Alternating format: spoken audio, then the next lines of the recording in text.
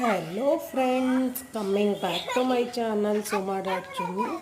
So ಒಂದು childhood ಮೂಮೆಂಟ್ಸ್ನ ನಾನಿವತ್ತು ಶೂಟ್ ಮಾಡ್ತಾ ಇದ್ದೀನಿ.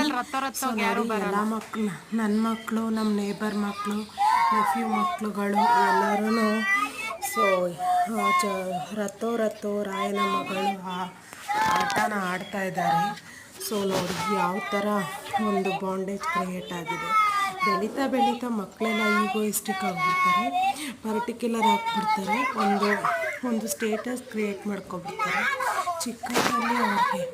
ಚಿಕ್ಕವರಲ್ಲಿ ಅವ್ರಿಗೆ ಏನೂ ಗೊತ್ತಿರಲ್ಲ. ಅದಕ್ಕೆ ಮಕ್ಕಳನ್ನ ದೇವರ ಸಮಾನ ಅನ್ನೋದು.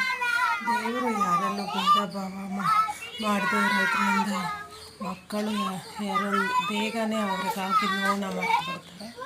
ಮತ್ತು ನೋವನ್ನ ಮರೆತುಬಿಟ್ಟು ಅವರು ಯಾವಾಗಲೂ ಆಟದ ಕಡೆ ಕೊಡ್ತಾರೆ.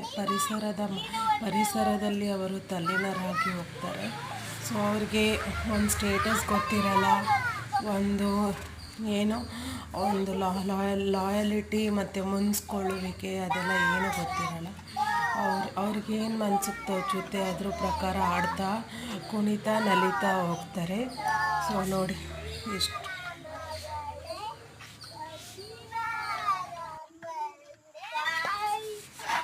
ಎಷ್ಟು ಮನಸ್ಸಿಗೆ ಆಹ್ಲಾದ ನೀಡುತ್ತೆ ಅಂದರೆ ನಿಮ್ಗೆ ಏನಾದರೂ ಜೀವನದಲ್ಲಿ ತುಂಬ ಜಿಗುಪ್ಸೆ ಮತ್ತು ಏನಾದರೂ ಖಿನ್ನತೆ, ಒಂದು ಸ್ವಲ್ಪ ಹೊತ್ತು ಡಿಪ್ರೆಷನ್ ಮೂಡಿದರೆ ಮಕ್ಕಳ ಜೊತೆ ಆಟ ಆಡಿ, ಅವ್ರ ಜೊತೆ ನೀವು ಕಾಲನ ಕಳೀರಿ. ಆವಾಗ ನಿಮಗೆ ಏನೇ ಇದ್ರೂ ಅದೊಂದು ಪ್ರಕೃತಿ ನಿಮಗೆ, ಅದೊಂದು ಪರಿಸರದಲ್ಲಿ ನೀವಿದ್ದರೆ ಏನೇ ಇದ್ರೂ ಹೀಲ್ ಆಗಿಬಿಡುತ್ತೆ. ಸೊ ನೋಡಿ ಎಷ್ಟು ಚೆನ್ನಾಗಿ ಅಂದರೆ ಜೆಂಡರ್ ಒಂದು ಡಿಸಡ್ವಾಂಟೇಜ್ ಇಲ್ಲದೆ ಎಷ್ಟು ಚೆನ್ನಾಗಿ ಆಟ ಆಡ್ತಾಯಿದ್ದಾರೆ ನೋಡಿ. ಸೊ ಅದಕ್ಕೆ ಮಕ್ಕಳಿರಲ್ಲವ ಮನೆ ತುಂಬ ಅಂತ ಕಾನ್ಸೆಪ್ಟ್ ಮಾಡಿರೋದು. ಸೊ ನೋಡಿ ಈ ಥರ ಒಂದು ಬಾಲ್ಯ ಮತ್ತೆ ಅಂದರೆ ಜೀವನದಲ್ಲಿ ದೇವರು ಹ್ಯೂಮನ್ ಬೀಯಿಂಗ್ಸ್ಗೆ ಯಾವುದನ್ನು ಮತ್ತೆ ರಿಪೀಟ್ ಇಟ್ಟಿಲ್ಲ. ಎಲ್ಲವನ್ನು ಒಂದೇ ಸರಿ ನೀನು ಫೀಲ್ ಮಾಡಿ ಮುಂದಕ್ಕೆ ಹೋಗಬೇಕು, ಮುಂದೆ ಸ್ಟೇಜಸ್ನ ನೀನು ತಲುಪಬೇಕು.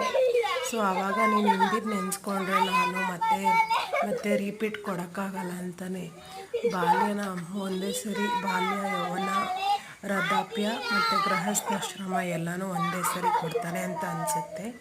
ಸೊ ನೋಡಿ ಎಷ್ಟು ಚೆನ್ನಾಗಿ ಪ್ರಕೃತಿ ಮಧ್ಯೆ ಮಕ್ಕಳು ಆಟ ಆಡ್ತಾ ಇರೋದು ನೋಡಿದ್ರೆ ಮನಸ್ಸಿಗೆ ಏನೋ ಉಲ್ಲಾಸ ಆಗುತ್ತೆ. ಸೊ ಇದಾಗಿತ್ತು ಇವತ್ತಿನ ಬ್ಲಾಗ್. Thank you.